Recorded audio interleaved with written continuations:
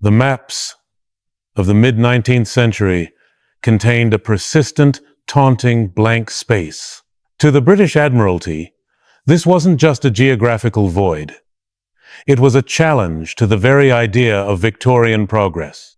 For 300 years, explorers had sought a northern shortcut to the riches of the Orient, the fabled Northwest Passage, and for 300 years, the Arctic had repelled them with a wall of shifting, unforgiving ice. But by 1845, the mood in London was one of supreme confidence. The British Empire was at the height of its industrial might, and it was decided that this mystery would finally be solved through a combination of iron, steam, and sheer naval discipline. In May of that year, two ships, the HMS Erebus and the HMS Terror, weighed anchor from Greenhithe, England. These were not ordinary vessels. They were the pinnacle of naval engineering, reinforced with internal iron beams and fitted with repurposed locomotive engines to churn through the ice. They carried 3 years' worth of provisions, including thousands of tins of preserved meat, a library of over 1,000 books, and even a primitive form of a daguerreotype camera to document their eventual triumph. At the head of the expedition was Sir John Franklin, a veteran explorer whose name was synonymous with Arctic grit. Alongside him were 128 of the Royal Navy's finest men, who believed they were embarking on a journey that would etch their names into history. As the ships sailed past the Scottish coast and toward the Atlantic, the atmosphere was one of festivity. Letters sent home during the final stop in Greenland speak of high spirits, of a deep-seated belief that they would be home within a year, having conquered the world's most dangerous maritime labyrinth. But that sense of invincibility was an illusion, one that would begin to fracture the moment the ship slipped beyond the reach of the known world. Records suggest that even during these early days, there were subtle signs that the expedition was operating on a razor's edge. Some historians believe that the leadership, while experienced, may have been overconfident in their technological superiority, underestimating the sheer, chaotic volatility of the Arctic summer. The last time any European eyes saw the Erebus and Terror was in late July 1845. Two whaling ships, the Prince of Wales and the Enterprise, encountered the expedition in Baffin Bay, waiting for favorable conditions to enter the ice of Lancaster Sound. The whaling captains later reported that Franklin appeared composed, inviting them to dinner aboard his flagship. They watched as the two great ships drifted into the mist, heading west. It was a picture of Victorian order against a backdrop of desolation. But as the fog swallowed the masts of the Erebus, a silence began that would last for years. What followed was a period of eerie, growing tension in England. For the first 2 years, the Admiralty remained unconcerned. Arctic voyages were notoriously slow, and Franklin had supplies meant to last until 1848. However, as the months turned into years without a single messenger, a single letter, or a single sighting by whaling vessels, the public's confidence began to turn into a cold, gnawing dread. By 1847, the silence wasn't just a delay. It was a crisis. Lady Jane Franklin, the explorer's devoted wife, began a relentless campaign to force the government into action, transforming her husband's disappearance into a national obsession. And yet, when the first search parties finally reached the frozen corridors of the Canadian Arctic in 1848 and 1849, they found nothing. No wreckage, no smoke signals, no messages cached in the stone cairns explorers were required to build. It was as if two massive ships and 129 men had simply evaporated into the white. It wasn't until 1850 that the first crack in the mystery appeared. A multi-ship search expedition discovered traces of a winter camp on a small, desolate limestone outcrop known as Beachy Island. There, scattered among the rocks, were the remnants of a vanished world. Scraps of canvas, wood shavings, and over 700 empty tin cans. But it was what they found on the eastern ridge of the island that changed the narrative entirely. Propped against the horizon were 3 headstones. They marked the graves of 3 young crewmen: John Torrington, William Brain, and John Hartnell. All 3 had died during the expedition's first winter of 1845 to 1846. On the surface, the discovery provided a grim confirmation that the ships had at least survived their first year. But for the searchers standing in the biting wind, the graves raised more questions than they answered. The inscriptions were neat, the burials respectful, a sign of a crew still in control, still maintaining the traditions of the Royal Navy. But why had 3 healthy young men died so early in an expedition that was supposedly the best provisioned in history? There were no signs of trauma, no indications of the scurvy that usually plagued long voyages. To some, these graves were a warning, a sign that something was quietly, invisibly rotting from within the expedition before it had even reached the heart of the passage. As the searchers combed the rest of Beechy Island, they looked for the one thing every naval officer was trained to leave behind: a record of their progress and their intended route. They searched every crevice, dismantled every rock pile, and dug into the frozen earth. But they found nothing. No message, no coordinates, no explanation for why they had left the island or where they were going next. The trail, which had finally gone warm, suddenly turned ice cold once again. The discovery at Beechy Island shifted the search from a rescue mission to a forensic investigation. The British public, fueled by sensationalist press and Lady Franklin's tireless advocacy, demanded to know how the pride of the Navy could be defeated by a single winter. Yet, the more the searchers looked, the more the Arctic seemed to be hiding its secrets. Between 1,850 and 1,854, dozens of ships and hundreds of men scoured the coastline, mapping thousands of miles of previously unknown territory.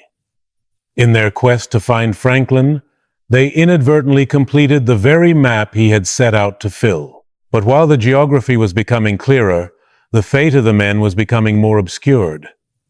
It wasn't until a chance encounter with the local Inuit population that the first truly haunting details began to emerge.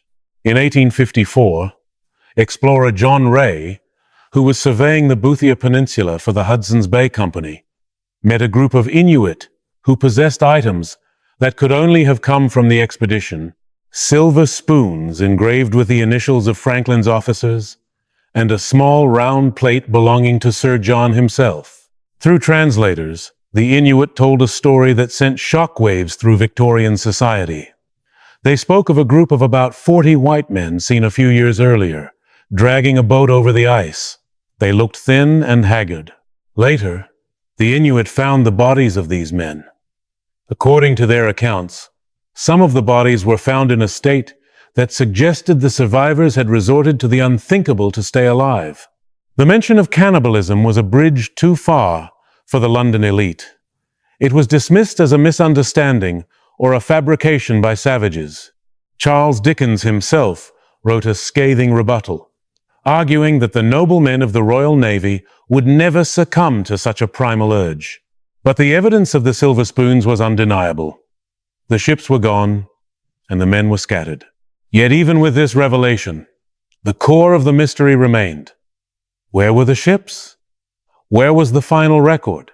It wouldn't be until 1859, 14 years after the ships departed, that a small, privately funded expedition led by Francis Leopold McClintock would stumble upon the piece of paper that would become the most debated document in the history of polar exploration.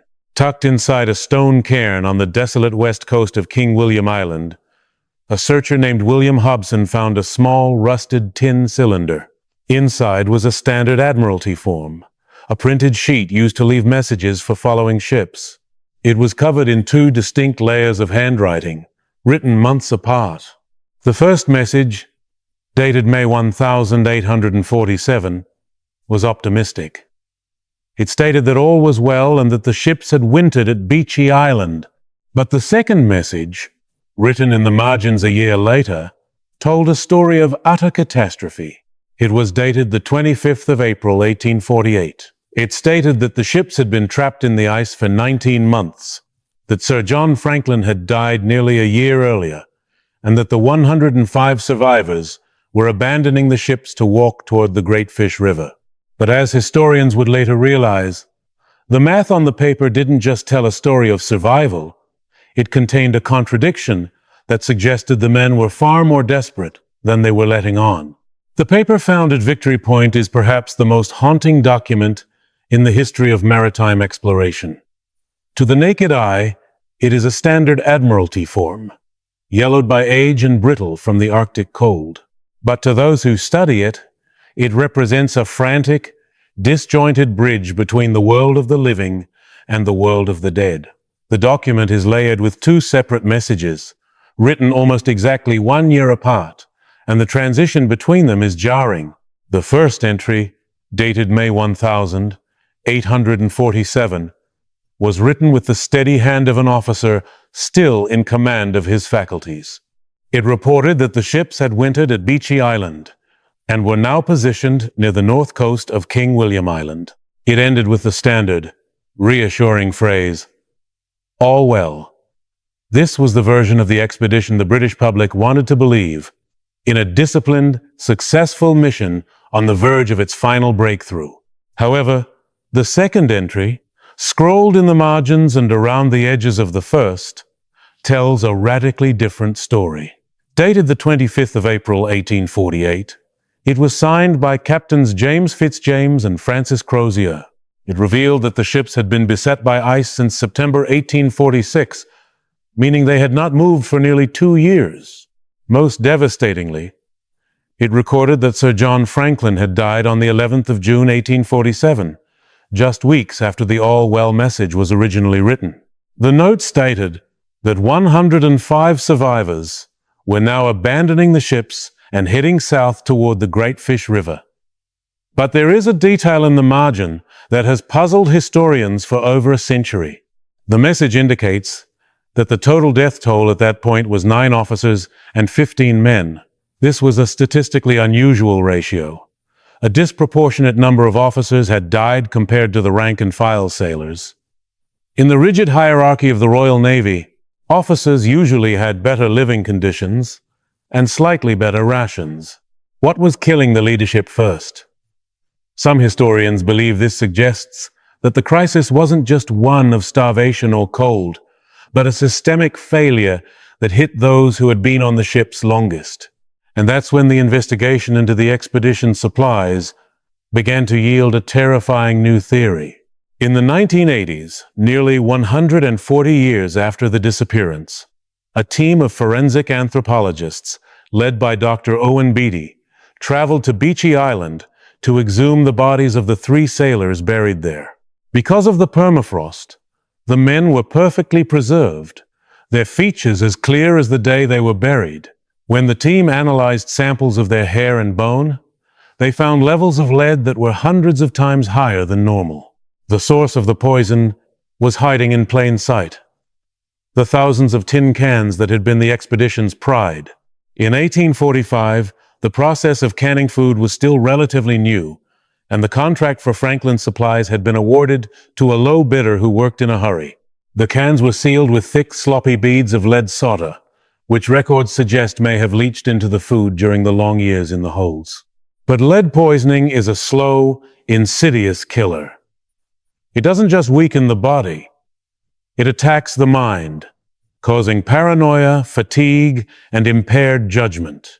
If the officers, who likely ate a wider variety of canned delicacies, were being slowly poisoned, it might explain the increasingly erratic decisions made as the ice closed in. However, some researchers argue that lead alone couldn't have been the primary cause of death, suggesting that the ships were also being stalked by a more traditional maritime killer, scurvy. Yet, even as the men began to succumb to disease and the mental fog of lead exposure, they still had to face the physical reality of their situation. The ships were trapped in a location the Inuit called the place where the big ships die. To the north and west of King William Island, the massive polar ice pack is funneled into a narrow channel, creating a relentless pressure that can crush an iron-reinforced hull like an eggshell. When the 105 men stepped off the Erebus and Terror in April 1848, they were already ghosts. They were hundreds of miles from the nearest outpost, attempting to traverse one of the most hostile terrains on Earth while dragging massive wooden lifeboats mounted on heavy sledges. These boats were loaded with what can only be described as the remnants of a Victorian hallucination. When search parties later found the boat places along the coast, they were baffled by the items scattered among the skeletal remains. Alongside essential tools and ammunition were heavy silver plate, silk handkerchiefs, scented soap, and even a heavy writing desk. To a modern observer, it seems like madness. Why would men starving to death drag hundreds of pounds of luxury items across the ice? Some believe it was a desperate attempt to cling to the only identity they had left, that of British naval officers.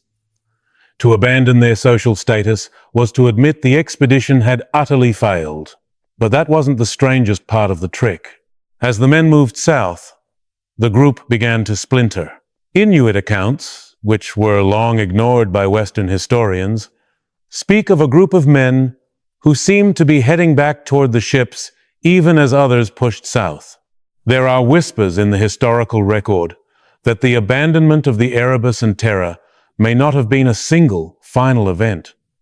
Some evidence suggests that a small contingent may have returned to the vessels, perhaps finding them briefly freed from the ice or seeking shelter in the only home they had left. This possibility introduces a haunting layer to the narrative. Imagine the ships, ghost-white and silent, drifting with the ice, manned by a skeleton crew of dying men who could no longer walk. It would explain why, for decades, the Inuit reported seeing a ship sinking in a location far south of where the Victory Point notes said they had been abandoned. By the early 1850s, the March of the Dead was over. The survivors had reached the mouth of the Great Fish River, a place now known as Starvation Cove. Here, the final remnants of the crew lay down in the sand and snow. The physical evidence found here was grim. The bones showed clear signs of defleshing with metal blades, confirming the Inuit reports that had so scandalized London. The men had done the unthinkable, not out of malice, but out of a biological imperative to survive just one more hour. But as the last of the men perished, the ships themselves seemed to vanish into the deep. For over 160 years, the Erebus and the Terror were the ultimate lost prizes of maritime archaeology.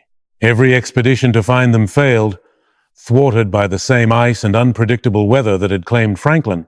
The mystery seemed destined to remain unsolved, a story of Victorian hubris frozen in time. But in 2014, a discovery was made that changed the narrative entirely, revealing that the ships were not where the official records said they should be.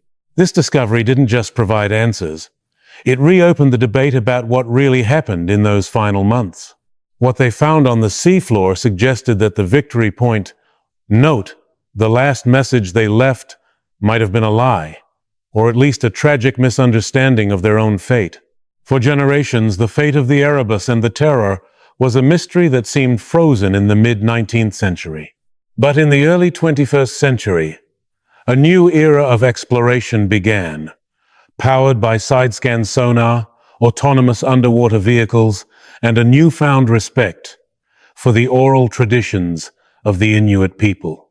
While the British Admiralty had long dismissed Inuit accounts as unreliable, modern researchers began to realize that the stories passed down through generations, stories of great ships and white shamans, were remarkably consistent. In 2014, a Canadian search team made a discovery that sent shockwaves through the archaeological community. Resting in the shallow turquoise waters of Wilmot and Crampton Bay, they found the wreckage of the HMS Erebus. The ship was upright, its timber frame remarkably intact, though the upper decks had been sheared away by a century of moving ice. But there was a problem. The Erebus was found nearly 60 miles south of where the Victory Point note said it had been abandoned. What followed 2 years later was even more baffling. In 2016, following a tip from an Inuit crew member who had spotted a mast-like object sticking out of the ice years prior, researchers located the HMS Terror. It was resting in 80 feet of water at the bottom of a place aptly named Terror Bay. Not only was it significantly further south than the Erebus, but it was also in a state of near-perfect preservation. The windows in the stern gallery were still intact. The glass hadn't even shattered. But as the cameras of the remotely operated vehicles, ROVs drifted through the silent, silt-covered corridors of the Terror, they revealed a detail that changed the narrative entirely. The ship's anchor had been deployed. This single piece of evidence suggests that the Terror didn't just drift there after being abandoned, it was intentionally moored. This contradicts the very core of the Victory Point note, which stated the ships were deserted in April 1848.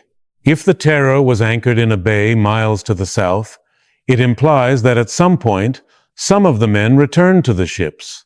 Perhaps the march of the dead toward the Great Fish River had failed so quickly and so catastrophically that the survivors retreated to the only shelter they had left. There is no clear consensus on who these men were, or how many of them made it back. Some historians believe that a skeleton crew may have stayed behind while the others marched, or that the ice briefly opened up, allowing a desperate, last-ditch effort to sail the ships further south. But that wasn't the strangest part of the discovery. Inside the Terror, the ROV footage showed rows of plates still on shelves, beds with bedding still tucked in, and Captain Crozier's desk with its drawers closed. In the oxygen-depleted, freezing water, it is highly likely that documents, letters, and logs remain perfectly preserved in those drawers, the final, written thoughts of men who knew they would never see home again. Yet, until those documents are recovered and treated, we are left with a timeline that simply does not add up. The Victory Point note says the ships were abandoned in 1848, yet the physical location of the ships suggests they were manned and operational for months, perhaps even years after that note was written. This leads to a haunting possibility.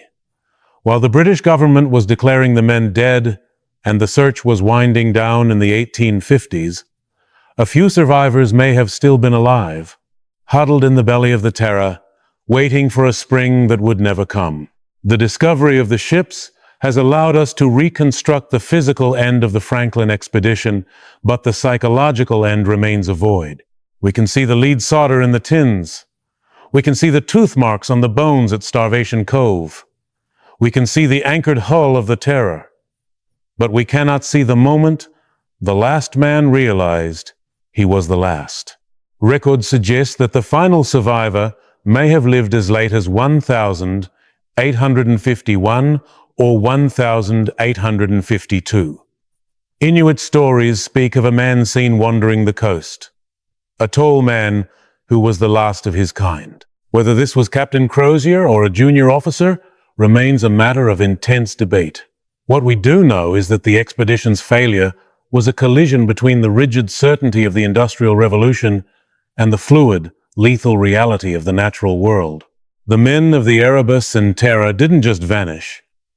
They were slowly dismantled by an environment they were taught to conquer, but never taught to understand. They carried the weight of the British Empire in their pockets, silver spoons, heavy desks, and leather-bound books, while their bodies were being hollowed out by scurvy and poison. Today, the wrecks are protected as a National Historic Site of Canada, co-managed by the Inuit. They are more than just archaeological sites. They are tombs, holding the secrets of 129 men who sailed into the White and never came back. The Victory Point note, once thought to be the final word on their fate, now seems more like a midpoint, a desperate snapshot of a tragedy that was still in the process of unfolding. As the sun sets over the Arctic, the ice still groans and shifts above the Erebus and the Terror. The blank spaces on the map have long since been filled, Yet the story of the Franklin expedition remains one of the great unfinished chapters of history. Every summer, as the ice melts just enough for researchers to return to the wrecks, the world waits for the one thing that has been missing for nearly 2 centuries. The final logbook, the final letter, the final word. Until then, the last message they left remains a riddle, a testament to the fact that even in our modern, mapped-out world, there are some mysteries that the Earth is not yet ready to give up. The ships remain in the deep, silent witnesses to a journey that began with a celebration and ended in a silence that still echoes across the ice.